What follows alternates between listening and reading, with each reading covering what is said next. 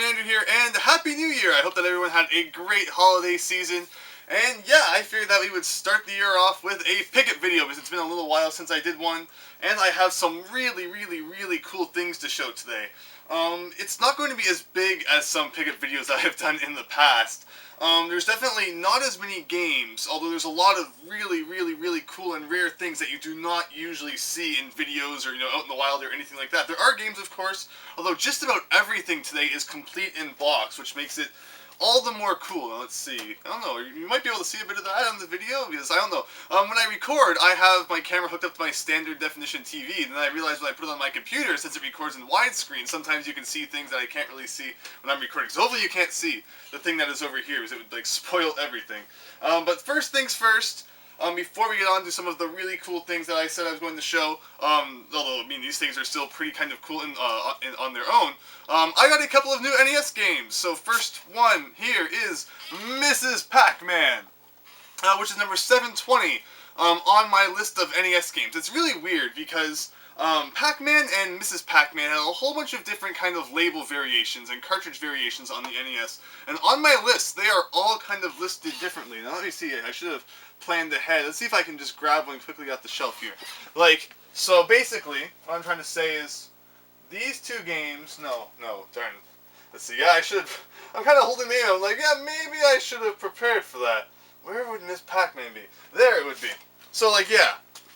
So basically, on my list, not seeing anything, these two games count differently, and this one is a lot easier to find than this one. So I finally got my hands on the official kind of NES one, and not the Tenjin bootleg one. It's not really bootleg, well, kind of.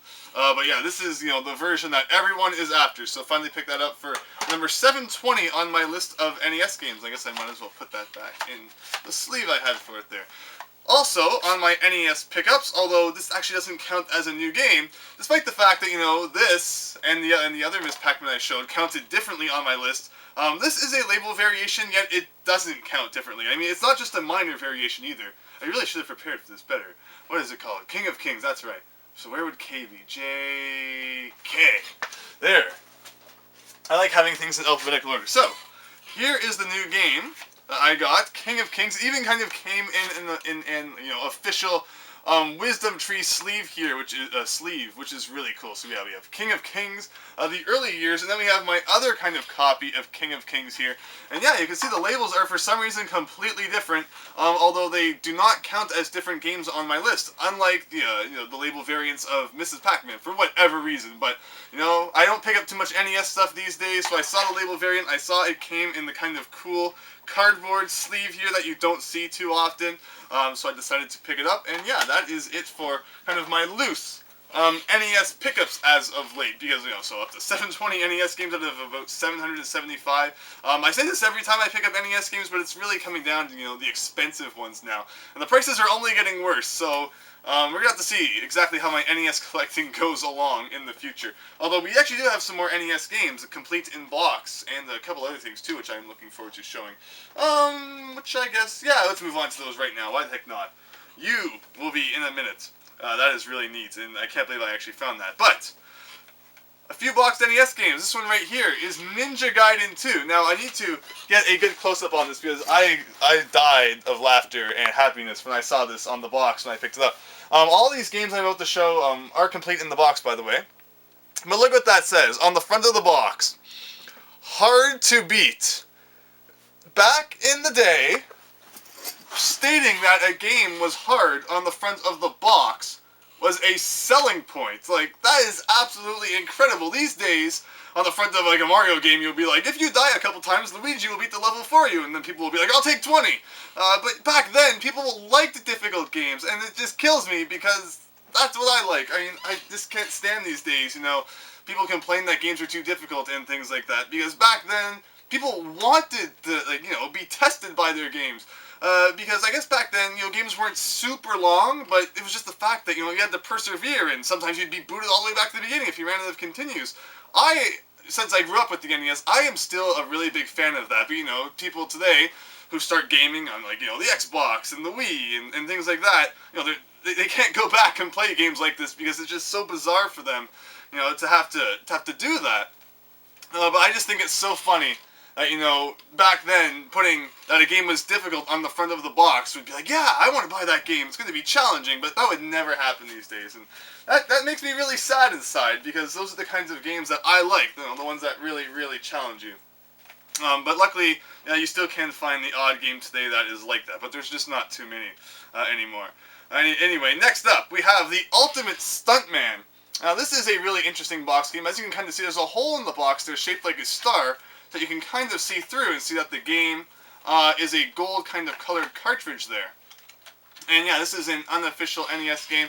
I always find it interesting picking up, you know, unofficial boxed games just to see how the boxes vary from those of official games. Next up in the box, we have Swords and Serpents for the NES. You got a crazy kind of RPG thing going on there. And what is by far the greatest NES game ever made is Taboo, The Sixth Sense. And this is not even really a game. It's just kind of like, it gives you your fortune and stuff like that. And it says, you know, it's not recommended for kids under 14 years of age. Like, I don't even know. I've messed around with it a little bit, but I can't tell you too much about this game just because it's so bizarre. But it will give you things like, you know, lottery numbers and you know, like you know, your fortune and stuff like that. It's just really bizarre. Yeah, so your personalized lucky numbers revealed. So everyone should have a copy of this game and go out and buy a lottery ticket. Because those are just some of the really weird things on the NES that make me love collecting for it. Because, you know, back in the day before everything was like, you know, a standard game and it had to follow all these kind of rules, you have things for the NES, like, you know, things that give you your lottery numbers. Like, you wouldn't see things like that on the console today. I don't think. Someone prove me wrong. You know, post a game that you know tells your fortune and you know stuff like that. This would probably be like, you know, a $60, $70 game back in the day. Meanwhile, these days it would be like, you know, a $5 thing. You could just go on the internet and get free lottery numbers. So really bizarre. But yeah, those are some boxed NES games, and I'm still really impressed by the fact that Ninja Gaiden boasts just how hard it is on the front of the box. Because you would never ever see a game doing that today. Because, you know, it would probably kill sales rather than improve them like it would back then. A few more boxed games. We have Pokemon Yellow complete in the box. Now, Pokemon games complete in the box are super sought after. Unfortunately, you know, back in the day, I tell this story every once in a while, I did not keep too many of my boxes because I was pressured by my parents to, you know, throw those things out. They're just taking up space in your room. And that's not a lie. I'm definitely... I would have kept them forever, but I can still remember I used to have a stack of Nintendo 64 boxes like this high on my desk, and one day they just made me throw them all out. But anyway, I've got them back for that. But yeah, so here's another game that obviously I bought new back in the day, but no longer unfortunately have the box for. Pokemon Yellow, and I had I kept all my manuals though. Even though my parents made me throw out the boxes, I always kept the manuals. So I found just the box. I of course still had the game, so I had the manual, and I was able to make that complete. Also, another game that I threw the box out for, Game & Watch Gallery 3. The Game & Watch Gallery games are so fun. I actually don't know why I haven't made more random Game of the Day videos of them. And it says 5 games in one, although you could actually unlock 5 more Game & Watch games. So this actually had 10 Game & Watch games on it. And it was really neat because you could play kind of the classic Game & Watch version, where it's just black and white with Mr. Game & Watch. Although there were also modern versions that featured, you know, popular Nintendo characters like Mario, Donkey Kong, Luigi, Princess Peach, Toad, and all that. So the Game & Watch Gallery games are really fun, and there were 4 of them. 3 for the, well actually, I think it was 1 for the original Game Boy, 2, which were, 2 and 3 were for both Game Boy and Game Boy Color, and 4 was for Game Boy Advance. And then after that, they started doing that thing where you could get, the Nintendo DS kind of little Game Boy, Game & Watch kind of collections on your DS from Club Nintendo, which is kind of a shame because I didn't enjoy that as much as the Game & Watch Gallery games, where you had the modern version too. But those are fun games. If you ever can, check those out. And one of the last box games that we're going to show for today is Megaman 64. Now this is in one of these plastic cases because, let's see, can you see the line down the back of the box? Maybe. This is Mega Man 64, still brand new, original, sealed in the box. Now, I was ecstatic when I came across this, because Mega Man 64 is an absolutely fantastic game, and just, overall, games from the series have become so sought after. Ever since Mega Man Legends 3 was cancelled. Mega Man Legends 2 for PlayStation 1 skyrocketed in price. I think it's over like $100 now, just because they're becoming so collectible, because there's never going to be any more Mega Man Legends games ever, based on what happened anyway. So, to find Mega Man 64 in the box, which is actually the first kind of 3D Mega Man game that I played Mega Man 64, and then I got Mega Man Legends 2 on the PlayStation 1, and then it was many years later I ended up getting Mega Man Legends 1 that I actually played it on the PlayStation, where it is a bit better, but I still enjoyed it back then on the Nintendo 64. For Mega Man 64, but yeah, that is the original seal, and it is one of those, kind of nice plastic box protectors there, because there's no reason to ever really take it out because it is sealed. So I mean, yeah, some people are like, oh Andrew, you have all this stuff, what a waste on the shelves, you're never going to play it. Now that's not true, because I do play all the stuff on the shelves, but when you have something like boxed, sealed Mega Man 64, it is one of those things that, should just kind of stay in a plastic case there, and not be touched too often, since I have, a loose cartridge that I can play anyway. And Mega Man 64 was another one of those games where my parents kind of made me crush the box and, throw it out. But yeah, now I have it sealed, so we're not going to worry about that anymore. Okay, what should we talk about next? I thought this wasn't going to be, a massive video, but I think it's because I ramble on too long that things are lasting forever. Yeah, why not? Let's move on to this next. This is a gigantic box, and I'm going to need to make sure I don't mess this up. This is complete in the box. The Miracle Piano. Now, some people might know what this is. This is an accessory for the NES, Super NES, Sega Genesis, and it could also be used with your computer as well. The Miracle Piano itself is not specific to any console.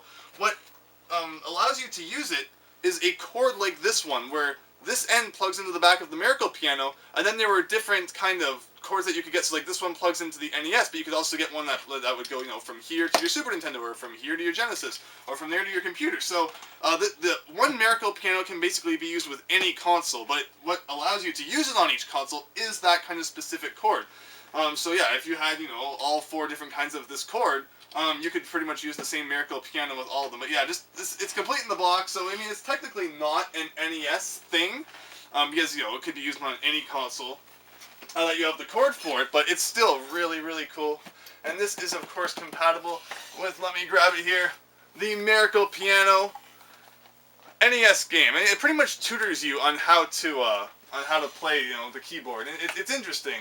I've always kind of thought of making a video about it, but, how would it work? Because I'd need to kind of film me playing the piano and then film the screen and, mash it all together into some kind of acceptable video. So we'll see if that works out at some point in the future. But yeah, the Miracle Piano, it is a gigantic box. And let me see if I can get around and show the back. But yeah, this is just something that's so bizarre. I have no idea where this box is going to go. Yep, yeah, the Miracle Piano Teaching System.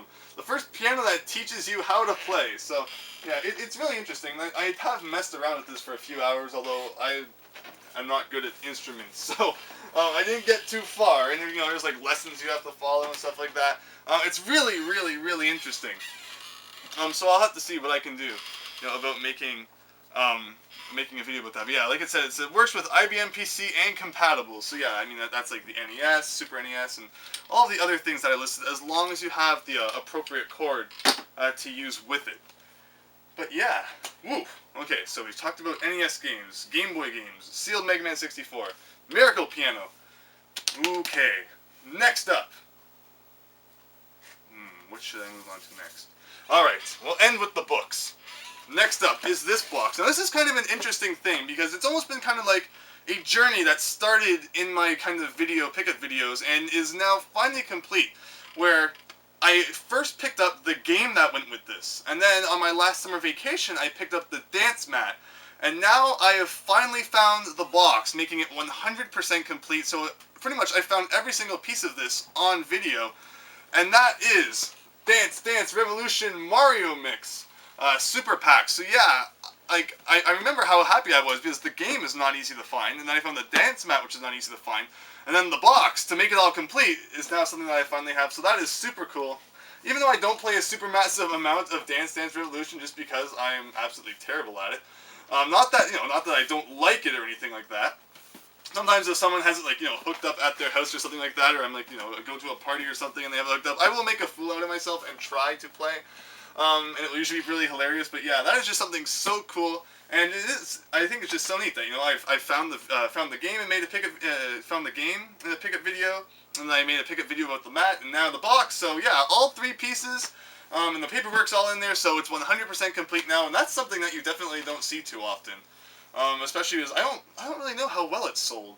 I'm actually not 100% sure. It's something that I've never really looked up, but I mean, you don't really see too many people with Dance Dance Revolution Mario mix, so I thought that was a super cool thing to get my hands on. But anyway, we're in the final stretch here, and the next thing we have to look at is some books. I always love my video game literature, Nintendo Power strategy guides, stuff like that. So here we have some really weird stuff. We have some Japanese strategy guides, because why the heck not? Here we have, Super Mario Bros. 3, and it gives you a whole bunch of tips on beating levels and things like that. Yeah, someone was selling a whole bunch of Japanese, Mario books. So I was like, what the heck? Let's go and grab them. We have Super Mario Kart. It gives you, maps and tips and stuff on, a whole bunch of stuff in the level. And then we have my favorite one of the 3, Super Mario World, which is, of course, Super Mario Bros. 4 in Japan. I love how they numbered it. I love games that are numbered. I hate when they stop numbering things, but I guess when, you have a series like Mario World with so many spin-offs, it becomes difficult to, keep numbering things like that. But overall, you have some, some nice level layouts and stuff in there. You also have some really weird pictures with Mario. Like, here's Mario in the middle of some random open field throwing a shell upwards. Or how about, I know I've seen some other ones. How about Mario hang gliding with some crazy guy over the ocean? Like, even though, I can't read them yet. My dream is to someday, hopefully, just crack open all these books and just sit down and read them all from beginning to end. There's just some really, really, really cool stuff to look at in here. Like, here's Mario randomly in the forest for some reason. This is, of course, showing a map of the Forest of Illusion. So, I mean, a lot of effort obviously went into putting these books together, and they're just fun to look through, even though I cannot read them at the moment. So, I was very happy to add those to my collection, although that's not the end of our is there any way to literaturistic? That's probably not a word. Literature journey of books. Next up is the instruction manual for Action 52. Now, anything related to Action 52 is super rare. But yeah, I mean, to find the manual for it is really bizarre, and it's kind of funny because, I mean, it gives you kind of a summary of each of the games, which are usually pretty ridiculous to read, and it also came with this pink piece of paper, which is supposed to come with Action 52. And it kind of rates the games on here, which is really funny. So, I mean, A games are for older kids and adults, B games are early teens, and C games are preteens. So someone actually played every game on Action 52 and rated them based on age that you should be when you play them. It's really, really, really stupid. Considering that all of the games on Action 52 completely suck, but it's still, a really interesting piece to have. And yeah, just something really cool that you definitely don't come across too often. I mean, the book for Action 52. Now we just need the box, and that's another thing that will be complete. Maybe just like, Mario Dance Mix here. Alright, next book that we're going to have a look at is this one. Now, this is a super cool book. Definitely not something that, you would commonly come across these days. So I had to grab it when I saw it. And that is the Nintendo Comics System, Volume 1. Now, these are just some of those, really, really, really old, Nintendo comics. You have Captain N, you have Zelda, Link and Zelda, you have Mario, you have a whole bunch of different things in here. So I had to pick this up when I saw it, and this is the only place, I need to make sure I can zoom in and get a good picture of this. This is the only place where you will ever see this. Let me make sure I do this correctly. So, this is the only place where you will ever see Mario lose at strip poker. Like, you definitely cannot expect to see things like that from Nintendo these days. But I mean, just go looking back at some of these crazy old comics and stuff, much like the ones that you used to see in issues of Nintendo Power. Just so bizarre, and it's in such nice shape too. It's not like the edges are all beat up or anything like that. Super good condition. So I was really, really, really happy to add that to my collection, just because it's so bizarre going back and reading things like that, and just being like, wow. They actually made Mario losing at strip poker in a comic back then. You would not see that these days. It'd be the most massive uproar ever, which is really weird, especially considering Nintendo's, older stance on gambling and all that in their games. Where, Rockman Mega Board never even came here because it was kind of a gambling thing. I don't know. Nintendo was weird, and I'm still angry at them for, region locking everything. But pretty much the final thing that we're going to be looking at today is some more Nintendo Power magazines. Now, there is a really cool guy on the computer who no longer wanted his Nintendo Power magazines. So I'm like, I collect games, and I love Nintendo Power, especially older issues, which is what you mostly have. I'd be happy to, take them from you if you want. So he gave me about 30 to 40 issues of Nintendo Power. And it was absolutely awesome. I don't have them all here to show you, as I've actually sorted most of them away already. But I did grab a few for you, and one of the things he also gave me along with them, which I did not have, was the Virtual Boy 3D glasses that came with, I don't remember exactly which issue number it is, but these would actually, there were things in that issue of the magazine that would look 3D if you were wearing the 3D glasses. Now, this looks really weird wearing these for no reason. I'm almost popping out of the TV there. But yeah, these are super cool. These are probably like hurting my eyes in crazy ways, but yeah, he gave me a whole bunch of issues of Nintendo Power, and there were a lot that I didn't have, like this one right here, the special, and like, Megaman X2, that there were just so many really awesome ones that he gave me. So if you're watching this, thank you so much. I wonder how it works if you put... No, it wouldn't work. I was going to say, how would it work if you put the 3D glasses on the camera? But it's kind of... You need to have both eyes looking through the glasses, so it wouldn't work in the slightest. But even though it's not really supposed to be 3D, it almost did look like, the boxes were kind of popping out of the back there. I guess because of the way that they're red and yellow. But yeah, it was pretty much, of course, supposed to be a promotion for the Virtual Boy, which was supposed to be this great revolutionary 3D thing. But it never really took off. I wonder why. What are the great Nintendo bombs anyway? You have the Virtual Boy, you have the e-reader, and I'm probably forgetting some other things too. But those are two things you'll probably never hear Nintendo ever talk about again. And the final thing to show, which is something that a lot of people will probably have seen anyway, although just in case you didn't watch my my New Year's Christmas video, Twilight Princess. I started playing this, I've gotten quite a bit into it, and I definitely plan to make a random game of the day of it. Although, talking with Miles Luigi, who gifted me the game, as well as the evil Pop-Tart, who many of you may know, especially if you found my videos through Miles Luigi's videos. There's a certain part of the game that they want to see me play, and it's going to be really evil, but once I get there, you will probably see a random game of the day of that, but it might still be a little while, because the part that they wish to see is, quite a ways into the game. But I've been really enjoying this so far. Thank you so much. It came out back in 2006, and I haven't really played Twilight Princess since then, so I don't remember very much about the game, and I've just been having a blast with that, so thank you once again.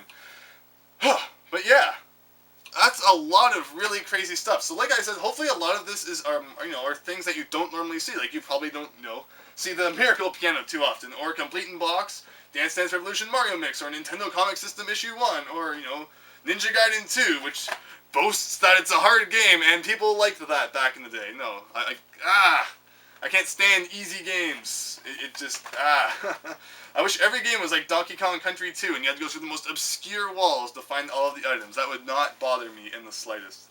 But it does just annoy me a bit when you have games like, Mario, where if you can't beat it, it will beat it for you, where back in the day, the point was, you persevered until you beat it, and then you beat the level, and you were a better gamer because of it. You didn't just let someone beat it for you, but people don't think the same way these days, I guess. And I just have to deal with that. But anyway, enough of my ranting about the good old days. Those are things that I have picked up recently, and I hope that you enjoyed seeing them. And if you have any questions about anything here, feel free to post a comment down below. But in the meantime, thank you very much for watching. I hope that you enjoyed that. Hope that everyone has a fantastic year, and hope to see you next time for something different. So thanks, and see you later.